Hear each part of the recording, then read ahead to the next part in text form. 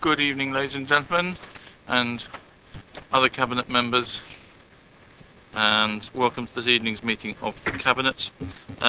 Firstly, just to remind you all of the fire evacuation procedures. We're not actually anticipating there being any fires this evening, but were there to be any, please evacuate the building. All the fire exits are currently operational despite the roof problem, apart from the one into the rear exit, which is not at the moment because of the roof problem. But the ones out of these rooms are obviously the same. Go down the stairs and meet in War Memorial Park. Second thing to advise you of is that the webcast is functioning, I trust. Good. And therefore this meeting is being webcast. Apologies for absence. We have two apologies from two members who are in different parts of the world. One is both on business, one of whom is in America and one is in Ireland. And unfortunately we're unable to be here this evening. Declarations of interest, do we have any of those? Good. We do have, I have a list here of two members wishing to speak. I can only see one at the moment. Is Councillor Potter coming, do you know? Or... Right. Well, we'll crack on, and if he's here, he's here, and if he's not, he's not. So what I'll do, actually, is rather than take that now, we'll take it with the agenda item as normal. The minutes of the previous meeting, which are included with your papers, is everybody happy that I should sign those? In which case I'll sign them after we've finished. Urgent items, there are none. There are no referrals to full council, no reports from other committees, no petitions. So we come to item 11, the proposals for the policy and budget framework. Now what item 11 includes is, as recommendation number 2 is on the future use of Chinham House to meet affordable housing, as we have one and possibly two speakers on item 12, which is the non-key decision part of the future of Chinham House. I propose that we take that part of item 11 first, and then we'll revert back to the proposals secondly on that. So as you're all alone in the world, would you like to come forward, and then we'll get Kathy to introduce the paper, and you can have your opportunity to comment. So, Councillor Mrs. Ostleton, with your teeth in, would you like to introduce the paper? With my teeth in, thank you. Chinham House is a Grade 2 listed building. It's currently vacant and was office accommodation until 2011. It consists of 3 parts. It has a main story 3 house. It is linked to a further 2-story annex, and attached also is another 2-story building which is known as the cottages. It has 22 parking spaces. It is situated in East Popley off Shakespeare Road. We have had 2 soft marketing exercises were carried out for a period of 6 months, covering the wider market to determine possible demand for the building for continued commercial purposes, given the current permitted office use. There was no interest in taking a new lease on the premises for commercial use. The ward members were consulted during the soft marketing period, the second soft marketing period, with regards to community. They requested to retain the building if possible, specifically for communicative use to support the needs of the local Popley community. The community development team considered that there are already sufficient existing community facilities in Popley within close proximity to Chinham House, but agreed to consider sustainable community uses of the building that would be financially self-sufficient prior to considering the alternative options. This was not successful.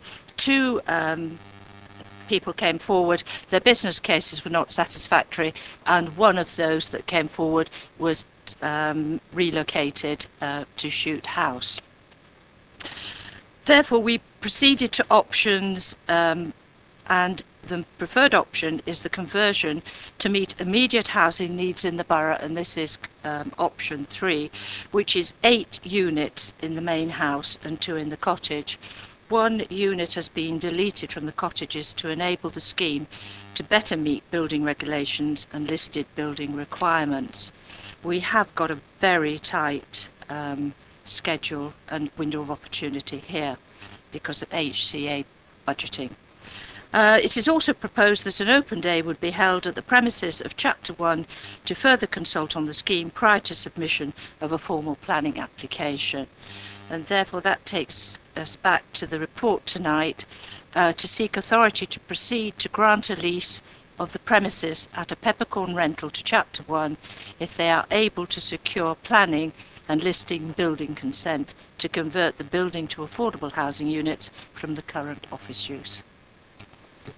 Thank you very much. Members, if for those of you who wish to orientate yourselves, there is actually a map on page 119 of 123 in the agenda papers, which just shows you exactly where Chinham House is for those who have not been there to visit it. Many of you probably may have done. Okay. Right. Councillor Washburn, we have theoretically you have 2 minutes. I'm not going to even bother with it because there's only one of you. It does seem a bit pointless. So please, if you'd like to make any comments you wish. Thank you. I probably won't take 2 minutes to make my comments, in fact. First of all, I'd like to say that we do welcome the provision of this type of housing. Obviously, we recognise that it is something that is needed, and obviously we do welcome that. As you said, we've sought to be constructive and involved with what happens to Chinham House. Obviously, I think we've had a few misunderstandings of late, information coming to us, which is slightly upsetting, but I hope that in the future, obviously, that can be addressed and we can be informed a bit sooner as things change.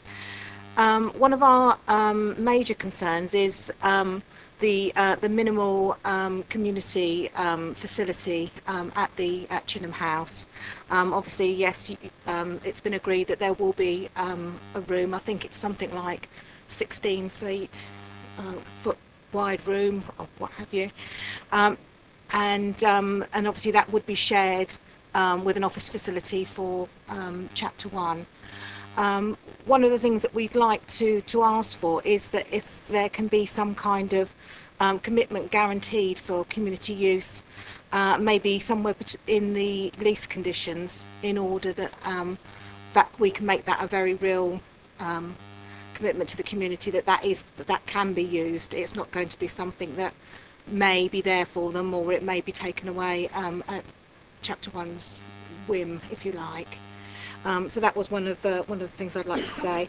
The other thing is, I had an email today from Simon Jenkins in regard to, I think it was a couple of emails that had gone backwards and forwards.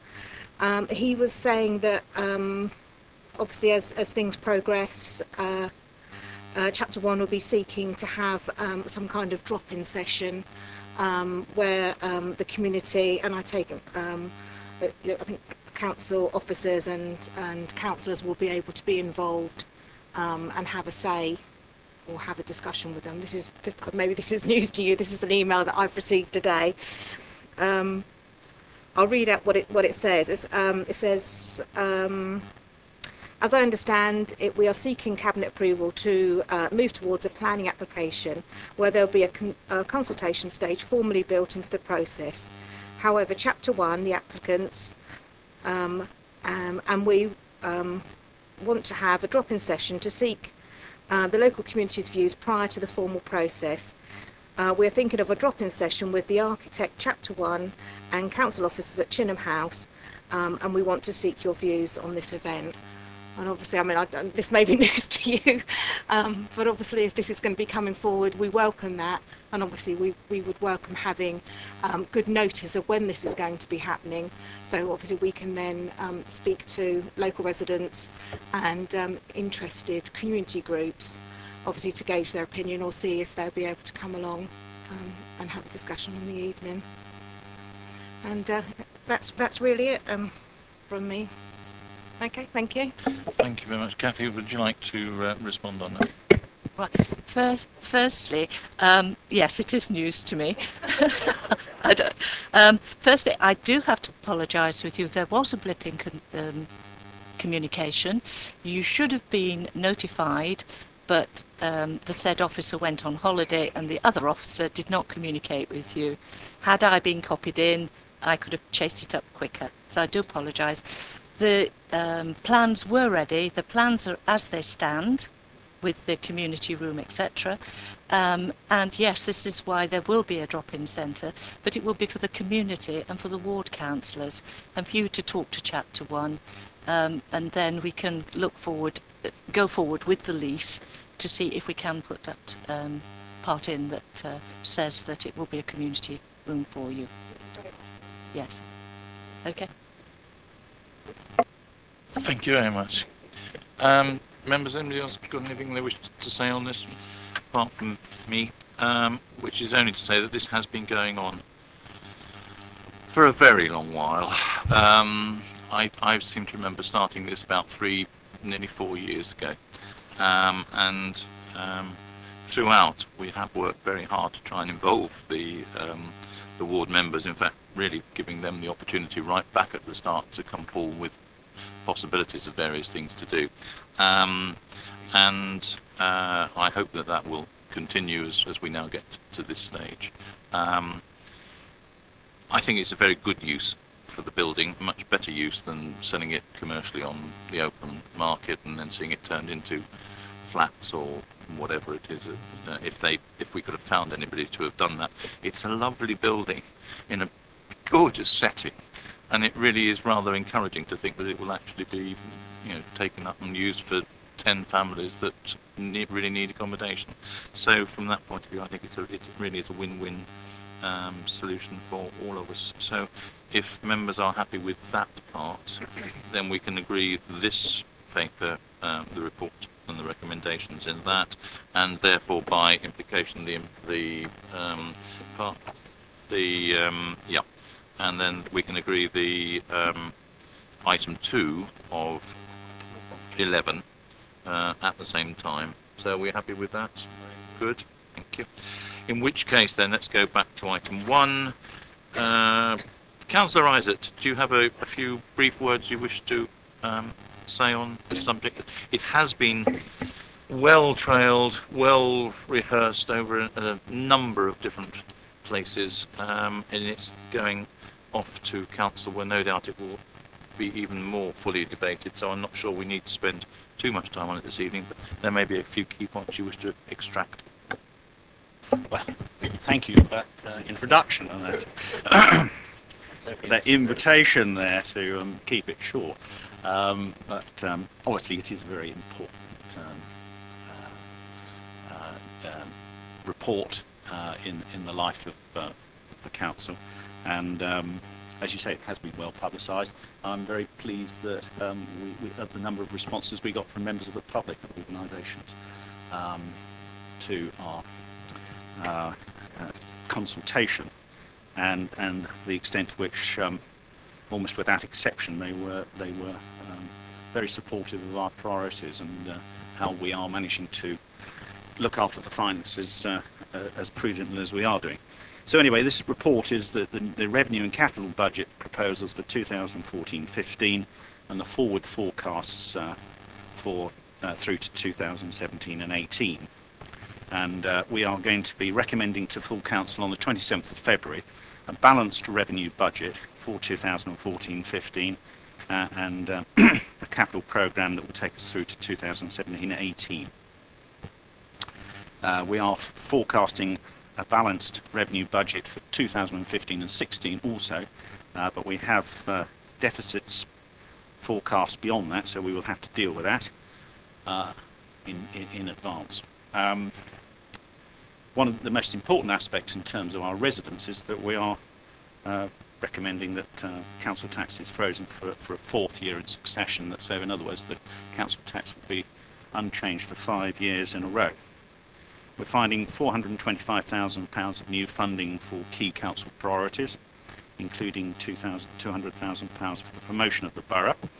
And we're continuing our drive to find site savings in costs, in this financial year we're looking to find another £450,000 worth of savings. As far as the capital programme is concerned to 2017-18, that's now £35 million, including a net addition of over £5 million, all fully funded with no external borrowing. So I'd like to recommend to Cabinet this budget, which demonstrates our continuing financial resilience at a time of reducing financial support from the central government. We're maintaining services and continuing to invest in the future of the borough. The report also recommends £759,000 of budget carry forwards from the 2013 and 14 budget. Thank you very much. Yes, I note under point 15.5 that all of the individuals that responded, or nearly all of the individuals that responded, were very supportive of the various initiatives that were included in there, particularly supporting the council tax and proposals to provide free 30 minutes of parking, which is not really that much of a surprise, I suppose, when you come to think about it. And I even like the comment, which isn't quoted in the report, that somebody actually was surprised to discover that the council were doing the right thing and that they were in support of it, which I thought was probably being damned with faint praise, but in the right direction, if nothing else. Are we happy to recommend this? Good, thank you very much. So, we have a number here of, under item 13, matters dealt with by portfolio holders. This is just for noting. Noted. Okay, in which case the meeting is now concluded at 6:46. Thank you all very much.